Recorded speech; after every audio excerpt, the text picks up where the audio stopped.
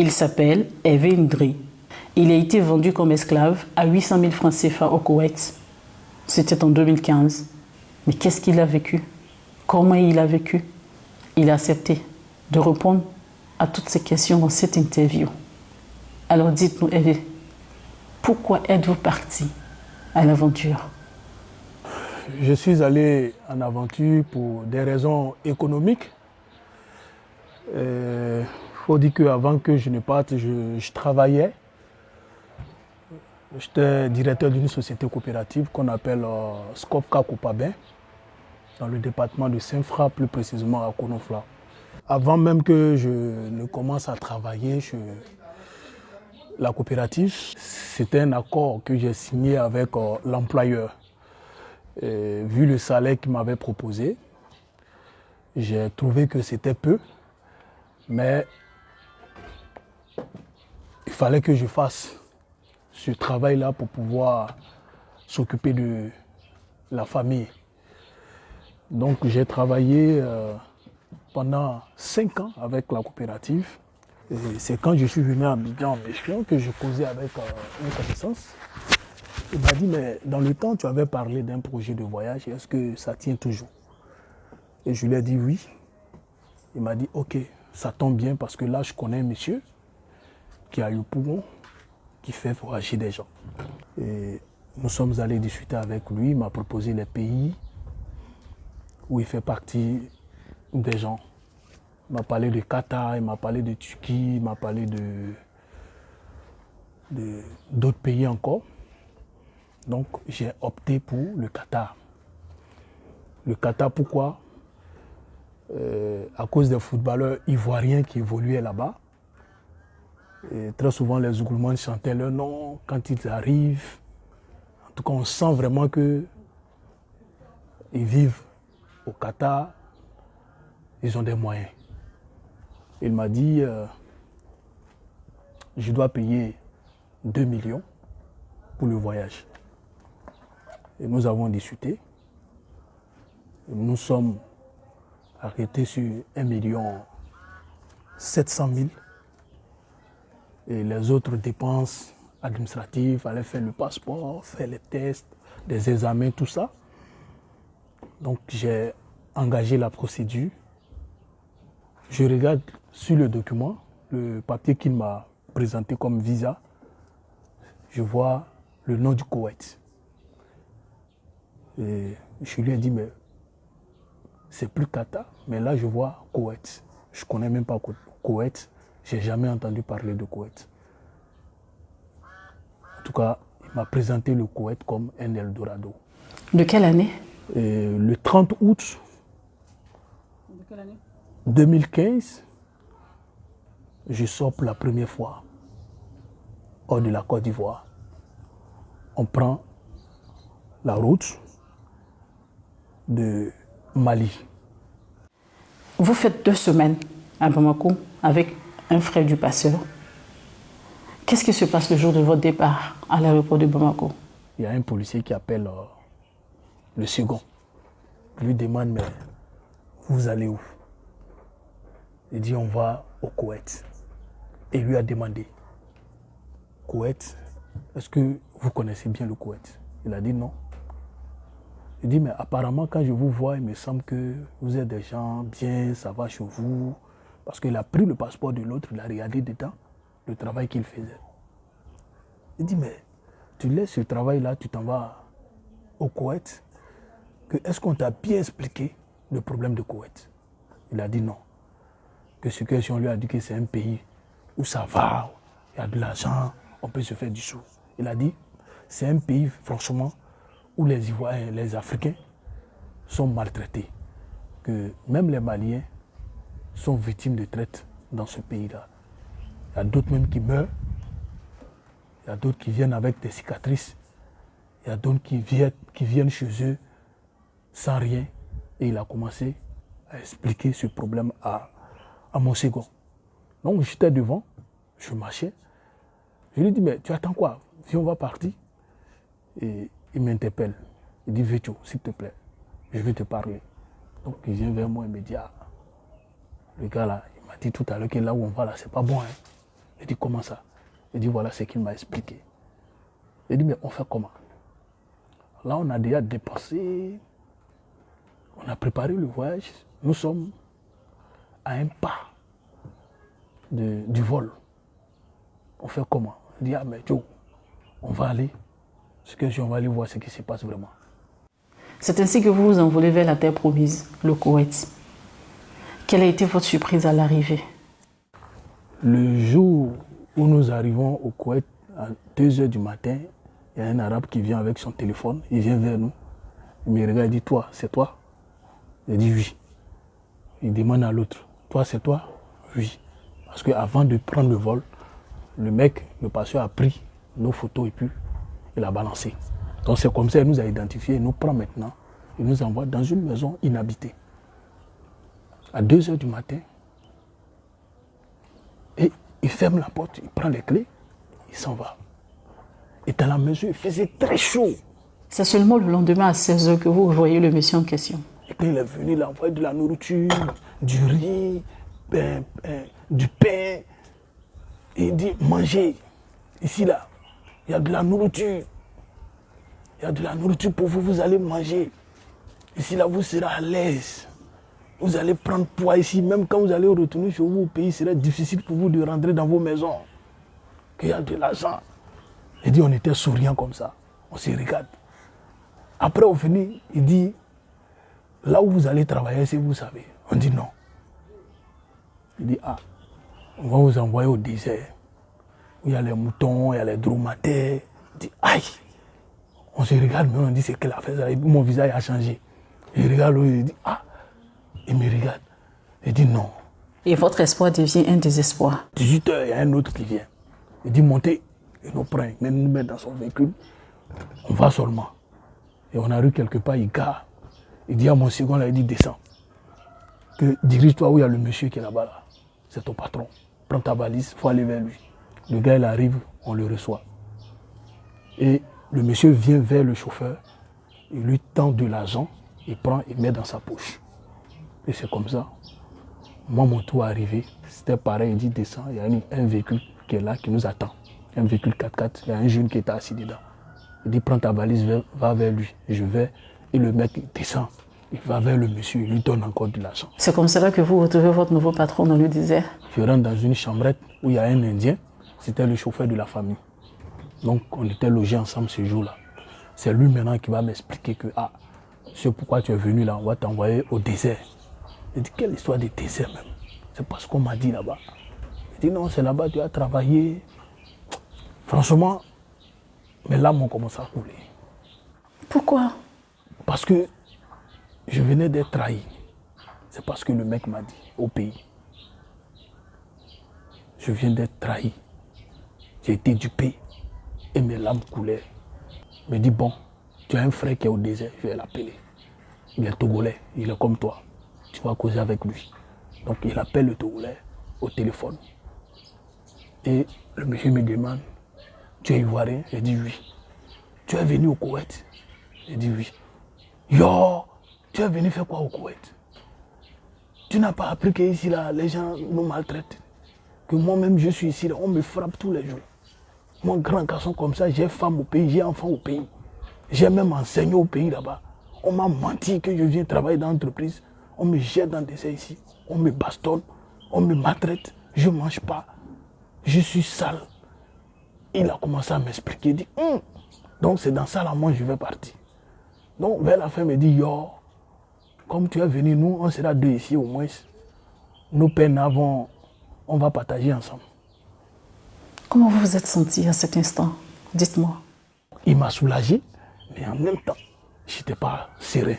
Franchement, je n'ai pas pu supporter aussi. Et mes larmes coulaient. Le chauffeur a su que il fallait qu'il nous sépare là. Donc il a klaxonné, il dit viens, on va partir. Mais vous n'aviez pas d'autre choix que d'avancer? Donc on s'en va. Il me montre là où je vais rester. Il y avait un Indien qui est là, un Soudanais. Et je devrais rester avec eux, faire mon stage. Le stage consiste à faire quoi? S'occuper des bêtes. Les dromadaires, les moutons, tout ça là. Comment les soigner, comment les donner à manger, tout ça. Et je devrais savoir préparer leur nourriture, le repas de là-bas. Donc il y a un Indien, c'est lui qui me montrait la cuisine, tous les petits boulots, c'est lui qui me montrait comment il faut faire. Maintenant, il fallait aussi apprendre à parler la langue arabe. Donc j'avais un agenda qui était là, c'est dans ça que j'écrivais les choses et j'apprenais un peu. Quand je finis de travailler, puis je commence à apprendre à parler la langue. Donc quand mon patron, c'est-à-dire qu'il m'a envoyé chez son père là-bas pour aller apprendre à faire tout ça, s'il constate que tout va bien, il va m'envoyer maintenant chez lui. Le stage réussi, vous êtes affecté à votre nouveau poste. Pour combien travaillez-vous? Il attend le mois fini, je lui rappelle, il me dit plus jamais ça. Le jour où tu me parles de salaire encore, je te tue. Il dit quoi? Il dit le jour où tu me parles du salaire encore, je te tue. Il dit j'ai la famille au pays là-bas. J'ai femme, j'ai enfant. Il dit je m'en fiche, femme, enfant, toi-même, je m'en fiche parce que tu n'es pas cohésien. Tu n'es pas mon frère. Je te dis ici là, si tu t'amuses là, je vais t'abattre ou je te vends à quelqu'un d'autre pour avoir de l'argent. Parce qu'il vous a acheté? Parce que je t'ai acheté à 450 dinars, voire 800 000. Il dit tu m'as acheté? Il dit oui, je t'ai acheté. Il dit non. Que moi-même pour venir ici là, j'ai dépensé. Celui qui m'envoie là, je lui ai donné de l'argent pour que je vienne. Il dit ah lui aussi il a payé l'argent. Donc il fait de moi ce qu'il veut. Et donc c'est à ce moment précis que vous apprenez que vous êtes esclave, son esclave. Je commence à travailler entre 5h jusqu'à 2h du matin. Je tourne dans le sable, dans le désert. Je continue à donner de quoi manger aux animaux. Tant que lui il est là, il ne veut pas me voir. De toute façon, je suis assis comme ça là. Il ne veut pas me voir assis. Donc s'il est assis là, je dois chauffer son thé, café, tout ça, qu'on appelle chai kawa, pour lui donner. Il boit jusqu'à arriver au milieu, ça ne refroidit pas. Il dit, il faut verser ça, va préparer encore autre pour m'envoyer. Ça ne veut pas te voir être tranquille, assis pour te reposer. C'est pas normal. Donc c'est comme ça que je souffrais. Et la partie même où vraiment j'ai senti qu'ils étaient prêts à tout faire, c'est le jour où ils m'ont poursuivi avec leur véhicule 4x4. Pourquoi? Parce qu'à un moment donné, je ne me sentais plus. La santé, tout cela. Et je me plaignais de douleur. On m'a envoyé à l'hôpital quand je suis tombé. Et j'arrive, j'ai fait 3 jours à l'hôpital. J'arrive le même jour, on dit d'aller travailler, de soulever les sacs, aller donner de quoi manger aux bêtes, tout ça. Franchement, ça ne m'a pas plu. Et j'ai commencé à me révolter. Et dans cette révolte, vous frôlez la mort. Un jour, j'étais là, je travaillais, et puis il a commencé à rafaler. Il rafale et puis il m'appelle Tab, Tab. Comme si quelqu'un qui venait de prendre drogue. Choub, on t'a buté, tu en ta morte. Même quand il tirait là, sa femme était dans la tente et puis elle est sortie. Elle a eu peur, elle dit mais il y a quoi? Il y a quoi? Donc, elle voyait son mari trembler comme ça. Mais elle ne pouvait rien dire là. Elle dit, tu vois les balles, comment ça traverse la carrosserie du véhicule là? Elle dit oui. Elle dit, t'as mis, je mets le plomb là sur toi. Elle dit, je mets, pistolet là, je mets arme là sur toi, je tire sur toi. I want help. Chien, va travailler. J'étais plus en moi-même. Je tremble comme ça. Mais le jour où ils ont pris les 4x4, là c'était son papa lui-même. Ils allaient lui dire que mon type là ne veut plus travailler, qu'il est seul, il est fatigué, tout ça. Donc le monsieur, pour moi, il venait régler le problème. Déjà, il est venu pour me tuer. Et j'étais là et puis il prend. Il y a une voix même qui m'a dit d'ailleurs, le monsieur là, il ne faut pas t'approcher de lui, il va te faire quelque chose. Effectivement, il a enlevé sa verge, la canne là, ça venait sur mon front. Et j'ai feinté. Il dit pourquoi? Lui veut me taper et puis je ne m'arrête pas là pour qu'il me tape. Moi, ces moutons là sont mieux que moi. Ces animaux sont mieux que moi. Ce qu'il veut faire là, il faut que je m'arrête là, il va faire. Il dit ah bon, il dit. Donc je vois le gars passer vitesse. Il va derrière moi, il vient sur moi avec le véhicule. Donc j'ai fui, je suis allé me mettre derrière un conteneur. Il crie comme ça, il dit pourquoi lui veut me tuer et puis moi je fuis. Je fuis pourquoi? De venir, il va me tuer.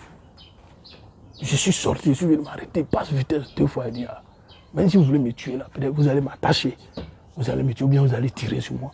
Mais je ne peux pas m'arrêter. Et puis vous allez prendre une voiture pour marcher sur moi, ça c'est pas possible. Donc il tremblait comme ça.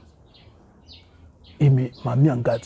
Il dit aujourd'hui là, je suis venu te dire que faut t'apprêter. La prochaine fois, quand je vais entendre que tu ne veux pas faire ça, tu ne veux pas faire tes travail, là je viens pour te tuer. Sans attendre une prochaine fois, vous avez pris la poudre d'escampette Sans vos papiers. Le papier était avec eux. Ça, c'est la moindre des choses. Quand tu arrives, la première des choses, ils prennent sur toi, ce sont tes papiers, ton passeport. Ils bloquent. Là, maintenant, quand ils te maltraitent, là, si tu veux, il faut fuir. Tu deviens sans papier. Donc, quand j'ai expliqué, moi, mes déboires, elle a dit, tout. Ça, là, je vais parler, j'ai créé un groupe WhatsApp. Je vais parler de ça. On voit ce qu'on peut faire pour toi. Donc, quand il a expliqué mon cas dans le groupe, il y a l'attaché du protocole de l'ambassade de Centrafrique qui était dans le groupe, qui a fait un audio pour dire, dites à mon frère, Ndri, je ne le connais pas, mais là où il est vraiment en danger. Si ça s'amuse, ils vont le tuer. Car déjà, prendre toutes ces mesures, comment il va faire, s'arranger pour quitter les lieux là. Dès maintenant, il faut qu'il s'apprête. Mais je ne connais pas le pays, je fais comment pour fuir. Je suis dans le désert, je ne sais même pas là où je suis. Comment vous faites alors? Il attendait le jour où son patron aussi ne sera pas là. Il va prendre la voiture. Leur voiture, parce que lui, il était chauffeur. Il va prendre la voiture pour aller me chercher. Donc c'est comme ça qu'on a fait le programme. Je m'apprêtais maintenant à quitter les lieux. Ces derniers temps, tout ce qui s'est passé là, peut-être c'est maman, les gens la voulaient. Deux fois, mais ils viennent 15, 20. Quand ils viennent, on dit de préparer, ils vont manger. Ils laissent la nourriture en ville là-bas, et puis ils viennent dans le dernier, il faut préparer, je prépare. Quand tu finis, on dit, il faut aller faire ça. Je tourne sur moi dans le sable là. Pas de repos. 24 sur 24, tu tournes. Et c'est comment au Koweït? Comme un robot. C'est le désert. Il fait très chaud quand il veut faire chaud. Il fait froid aussi quand la fraîcheur arrive. Les deux sont à l'extrême. Et c'est comme ça que je tourne. Mais quand il a dit tu es fatigué, ça ne va pas. Il dit il ne peut pas s'imaginer qu'un homme peut être fatigué. C'est déjà, il ne travaille pas. Il prend son temps. La journée, il dort. La nuit, là, c'est maintenant, il fait jour chez eux. Ils vont boire leur thé qu'on appelle Taïgawa. Ils vont faire Dawania, ils sont assis. 20 personnes, 15 personnes sont dans les boubous, là, ils sont assis là. Manger, boire thé. Aujourd'hui, là, moi, je ne dors pas ici. Et après, ils ont envoyé un Soudanais. Lui, il était comme un vigile, un gardien. Si je dois fuir, lui, il va les appeler. Donc, comment faire pour quitter les lieux? J'ai envoyé la position par GPS aux jeunes qui devraient aller me chercher. Malheureusement, le jour où j'ai décidé de fuir, j'avais un téléphone Android que je prenais pour vous faire tous ces trucs-là. Le téléphone était à plat. J'ai pris mon petit sac où se trouvaient mes documents. Mais les autres documents, diplôme et puis trucs, tout ça là. Donc j'ai pris et puis je suis sorti. Quand je suis sorti, il y a une voix qui me dit tu viens de signer ton arrêt de mort. Tu viens de signer ton arrêt de mort parce que là où tu es sorti, il y a une valise, tout ça là. Dis-toi que tu es en danger. Si ceux-là te prennent là, tu ne vas pas survivre. J'ai dit, je commence à courir avec la valise là.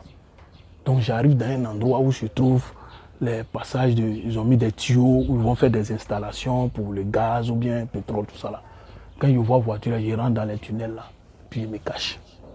Comme ça, juste quand il fallait faire quitter le secteur au moins à 2 km, 3 km, et puis les amis là viennent me chercher là. À un moment donné, ils ont dit, ah vraiment, c'est compliqué. Que tout ce qu'on peut te conseiller, dirige-toi où il y a la lumière. Donc c'est comme ça, j'ai pris la marche dans le désert.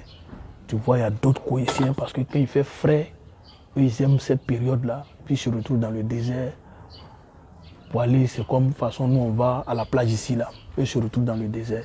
Toute la nuit, tu les vois, ils sont là-bas avec des chiens, tout ça là. Par où je devrais passer, la fois que je dois passer là. Je vois les tentes ici, je vois les chiens qui aboyaient, des véhicules qui étaient garés partout. Donc vraiment, c'était compliqué. J'avais peur pendant que je faisais ça. À un moment donné, j'étais fatigué. J'ai dit ça, il faut que je jette la valise. Donc j'ai jeté ma valise, était remplie d'habits, tout ce que... J'arrive maintenant où il se trouve la grande voie, une autoroute. Et j'appelle les amis, je dis, ah, je suis arrivé dans tel secteur, dans tel coin. Ils me disent, bon, ok, on est dans tel coin, on va faire un mouvement vers toi. Donc c'est à travers feu de détresse, je l'ai vu de l'autre côté de la rue. Il dit, je viens de voir un véhicule tel marque.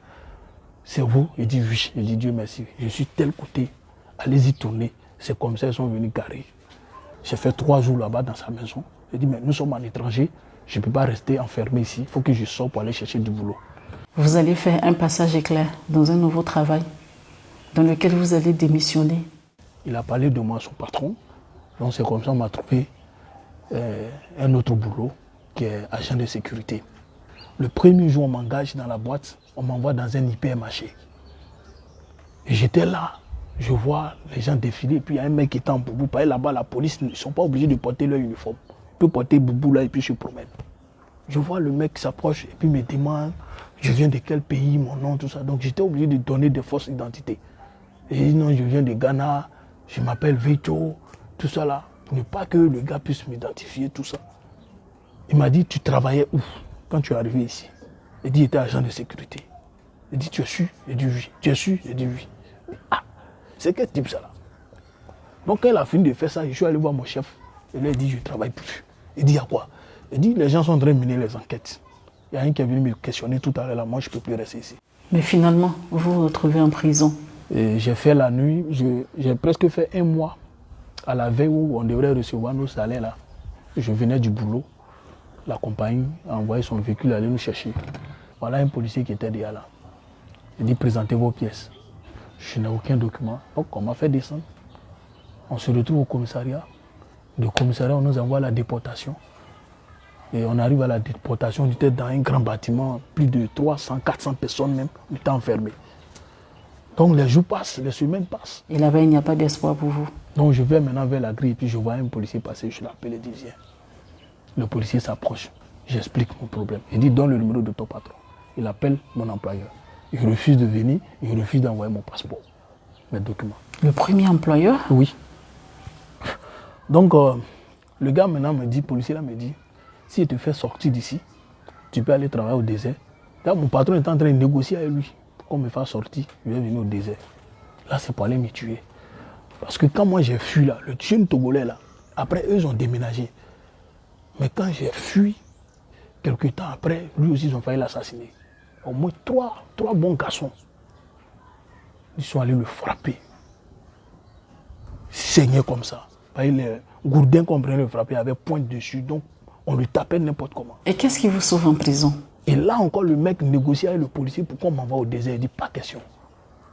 Que je retourne chez moi. Le policier me demande, il dit, chez toi, c'est où? Il dit, Côte d'Ivoire. Il dit, Côte d'Ivoire? Côte d'Ivoire, lui ne connaît pas Côte d'Ivoire. Il dit, Sarlahadj. Il dit, Sarlahadj, Azamafi Maloum, lui ne connaît pas Sarlahadj. Sarlahadj?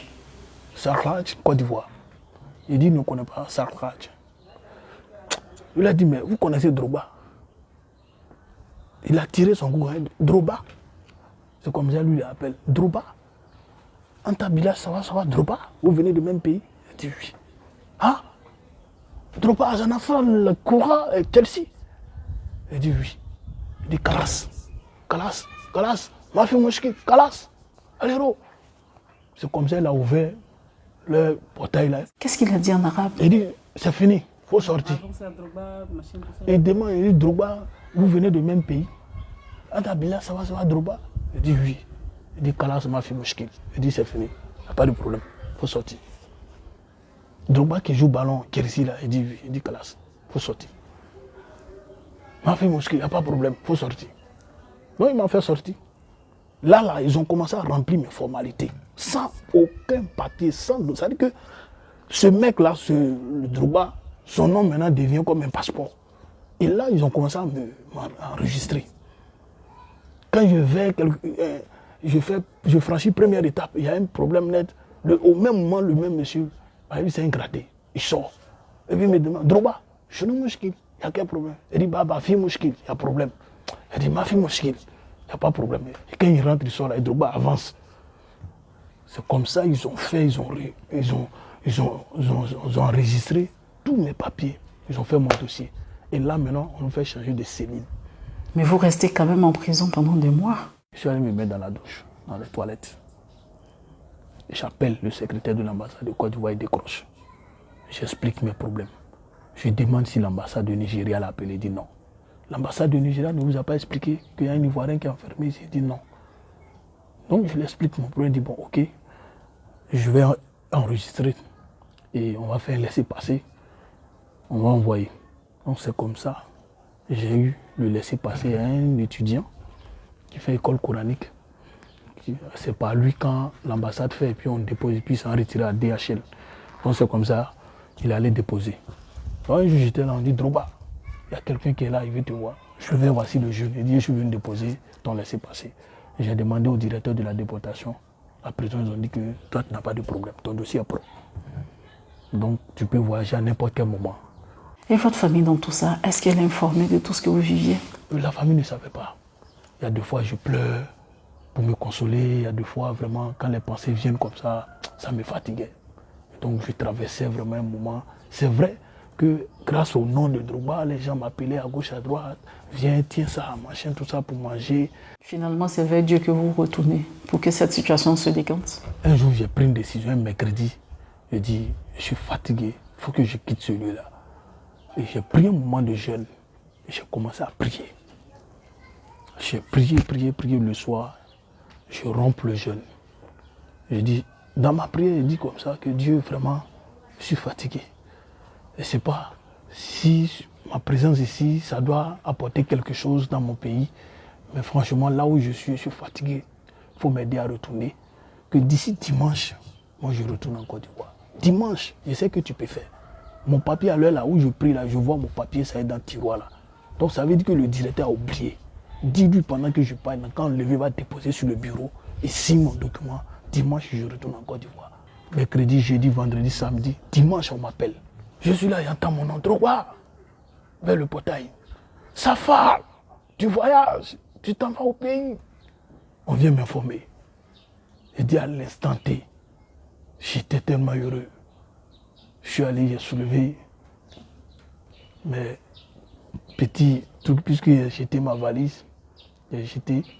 Donc j'étais là, j'arrive vers le portail, celui qui est venu m'informer, il dit, tu as connu un mec ici. Il vient de quel pays là même? Le pays là, c'est en Afrique ici là. Ils sont vers l'île Maurice, Madagascar. Il dit, il y a un jeune malgache. Il dit qu'il est rentré ici là. Tu es son ami. Tu es devenu son ami, en tout cas, tu l'as beaucoup aidé. Il a laissé une valise pour toi. Il m'a dit, toi, c'est parce que tu es mon gars, j'aime ton affaire. Sinon ça là, nous on prend. Mais je t'informe moi-même que ça est en bas. Une grande valise, il a réservé ça pour toi. Il dit, tu peux prendre. Il dit, tout ce qui est dedans là, il faut prendre. Tu vas au payer avec. Donc c'est comme ça, je descends, on de remplir les formalités, tout ça. J'arrive, voilà la valise. C'était plus grand que pour moi ce que j'avais. Et puis j'ai jeté. Et quand vous arrivez en Côte d'Ivoire? Et j'arrive en Côte d'Ivoire en avril. Quelle année? 2016. Vous avez vécu combien de temps là-bas? J'ai fait 6 mois. 6 mois? Tout ça en 6 mois? J'ai fait 6 mois. On peut dire que vous avez eu beaucoup de chance. Et dites-moi, Hervé, quand l'avion atterrit, comment vous vous sentez? J'arrive à Abidjan, j'ai d'abord prié. J'ai dit merci Seigneur pour tout ce que tu as fait. Je suis arrivé chez moi. J'ai eu un soulagement. Et j'étais vraiment rempli de joie, ému de joie. Parce que là, je viens de sortir. Pour moi, je viens de sortir de l'enfer. Et je suis arrivé dans mon paradis. Je suis arrivé chez moi, ma terre natale. Là, je venais d'être délivré, libéré, sorti vraiment de l'enfer. J'étais tout heureux. Après, on dit la police est venue te chercher. Je dis quoi? La police encore? Je sors dans les histoires de police, j'arrive chez moi encore. Non, mais là, attends, il y a quel problème? Quand ils m'ont interrogé, le capitaine dit non, ce problème nous dépasse, nous tous. Et on va appeler le commissaire. Le commissaire est venu lui-même, m'a interrogé. Quand il a fini par il dit non, c'est trop fort, lui va m'envoyer à la DST. Pourquoi? Qu'est-ce qu'on vous reproche? Qu'est-ce qu'il y a de louche dans cette histoire? Non, au fait, il s'étonne qu'un Ivoirien soit traité de cette manière. Donc, soit mon interrogation va les aider à tracer demain si l'État de Côte d'Ivoire décide de mener vraiment la lutte contre ce trafic-là. Donc, c'est comme ça que je suis arrivé à la DST et ils m'ont interrogé. C'est vers 22h, on m'a libéré, je suis rentré. Est-ce que quelqu'un vous attendait à l'aéroport? Oui, il y a la maman de mon second, là, mon ami. Là. Moi, je suis venu avant lui. Il a dit à sa maman qu'il y a mon frère là qui vient. Il faut l'héberger d'abord chez moi à la maison. Donc, je suis arrivé, sa maman m'a accueilli, tout ça, son papa. Mais ils m'ont dit une chose, tout ce que tu as vécu là-bas, il ne faut même pas dire, son papa va entendre, sinon il va piquer une crise. Parce que lui aussi traversait la même situation. Donc j'ai caché à son papa, mais sa maman savait tout. Et quand vous retrouvez vos parents? Et moi maintenant, j'arrive en famille, franchement, j'ai retrouvé la famille. J'étais content. J'étais content. Et tout ce que le pasteur leur disait, sinon votre frère avait gâté, le Bouchman, il avait gâté. Et le pasteur dans tout ça? Lui, il appelle les parents. Il leur dit non, que moi, je ne vais pas travailler. Qui, le pasteur? Oui, le pasteur. Or, moi aussi, quand je l'appelle au départ, il me mettait en confiance. Or, il savait ce qu'il était en train de préparer. Il y avait celui qui est ici, puis au Mali. Donc, il jouait le jeu. Et celui qui est ici, il raconte autre chose à mes parents, que non, le gars, il ne veut pas travailler, il ne veut pas faire ceci, cela, qu'on lui dit de faire ça, il veut gâter nos mouvements, c'est comme ci, c'est comme ça. C'est quand je suis arrivé, ils ont eu la vraie version. Donc, le mec, il apprend que je suis arrivé. Il lui a dit, si j'arrive en Côte d'Ivoire, lui va dormir en prison. Donc il a commencé à négocier. Quand il a su que je suis arrivé, il a commencé à négocier avec mon grand frère. Vraiment, il me propose d'aller au Maroc. Il va se racheter. Il dit, pas question. Où je suis arrivé, je ne bouge plus. Et vous êtes de retour au pays. Comment est-ce que vous parvenez à vous réintégrer? Ça n'a pas été facile. J'ai traversé une période vraiment amère encore quand je suis retourné en Côte d'Ivoire. Il n'y avait pas de boulot. Parce qu'il a démissionné de l'autre côté avant de partir. Et c'était difficile. C'est un ami, père et son âme. Il est mort dernièrement. C'est à lui, quand j'ai expliqué mon problème, il a dit, ah, ok. Et il a trouvé, oui, en ce moment, lui, il était infirmier dans une entreprise à la zone. Donc c'est comme ça. Il a dit, envoie tes dossiers. Et il a lutté, on m'a pris là-bas. Quand les 11 mois de contrat sont finis. Et c'est là qu'il y a une entreprise aussi. On a fait connaissance et puis ils m'ont recruté. J'étais responsable commercial. Et à quel moment vous commencez à faire de la location de vaisselle? Bon, location de vaisselle, il faut dire que c'est depuis cette année que j'ai commencé. Le peu que j'ai gagné, j'ai commencé à me préparer, payer mes trucs. Donc aujourd'hui, ça m'a permis de créer ma petite structure qui est là, ce que vous voyez. Je fais location de vaisselle. J'ai même d'autres trucs encore dedans, c'est pas tout qui est là. Il y a encore d'autres verres et les assiettes. Il y en a plusieurs dedans là-bas. Donc je fais la location quand les gens ont besoin de faire des cérémonies, mariage, baptême, anniversaire et autres. Ils ont besoin de louer ça. Voilà. Et je fais louer ça. Et ça me permet de vivre, de payer ma maison. Hervé, si vous deviez comparer vos deux vies, celle que vous vivez aujourd'hui et celle vécue dans le Golfe au Koweït. Oui, il n'y a pas de comparaison. Parce que d'abord, le paradis même, c'est chez soi. Et je dis en un seul mot, être esclave et être libre, indépendant, c'est incomparable. Donc, où je suis là, je suis tranquille. Voilà, je suis mon propre patron. Je gère mes affaires. Alors que de l'autre côté, j'étais prisonnier, j'étais esclave. Dit au XXIe siècle, un être humain que je t'ai acheté à 450 dinars, c'est pas moi qui l'a injurié, mais c'est toute une nation qui l'a injurié. Donc, je ne peux même pas conseiller quelqu'un. Vous voulez pleurer? Non. Je suis déjà mu d'esprit avec l'expérience que j'ai vécue. Donc, si je dois pleurer pour ceux qui vivent actuellement dans la même situation que moi, dans le Golfe, au Koweït, dans le Maghreb et un peu partout, en Libye et autres. On va pour le mieux-être. Mais aujourd'hui, moi, je peux dire que c'est un mythe. On nous explique qu'arriver là-bas, tu seras riche. Arriver là-bas, tu seras autonome. Arriver là-bas, tu vas avoir l'argent. Mais c'est un mythe. Tout ce qu'on nous fait, on raconte, on nous vend du rêve au fait. La migration irrégulière aujourd'hui a endeuillé beaucoup de familles. La migration irrégulière aujourd'hui a emprisonné beaucoup de jeunes qui ont perdu leur sens de vivre dans des prisons. Beaucoup ont été violés. Qu'est-ce que cette expérience vous a apporté? Aujourd'hui, l'expérience que moi j'ai vécue dans le Golfe au Koweït, Ça m'a permis de savoir que mon pays n'est pas n'importe quel pays. La Côte d'Ivoire, parmi tant de pays dans le monde entier, c'est l'un des pays, l'un des meilleurs pays au monde. Tantôt, on entend dire, oui, c'est un pays xénophobe. Je dis, vous ne connaissez pas des pays où on dit xénophobie ou bien qui sont xénophobes. Allez-y dans le Golfe, allez-y dans le Maghreb. En Côte d'Ivoire, les étrangers sont mieux traités. Hervé Ndri, si c'était à refaire? Je dirais non. Parce que je suis allé, ce n'est pas ignorance. Aujourd'hui, j'ai les yeux ouverts. Je sais ce que c'est que émigrer dans un autre pays. Donc je ne peux pas tenter cette mésaventure encore. C'est bien beau, on peut voyager. Mais dorénavant, si je dois aller dans un pays, moi-même, là, je me déplace à aller dans l'ambassade pour me renseigner, pour voir les conditions qui m'attendent là-bas avant de m'engager. Je ne peux plus faire une immigration où je suis à la maison, c'est quelqu'un qui vient me donner le visa. Moi-même, personnellement, je vais faire des démarches pour être mieux informé. Et à la suite de tout ce que vous avez vécu, vous décidez de créer une ONG.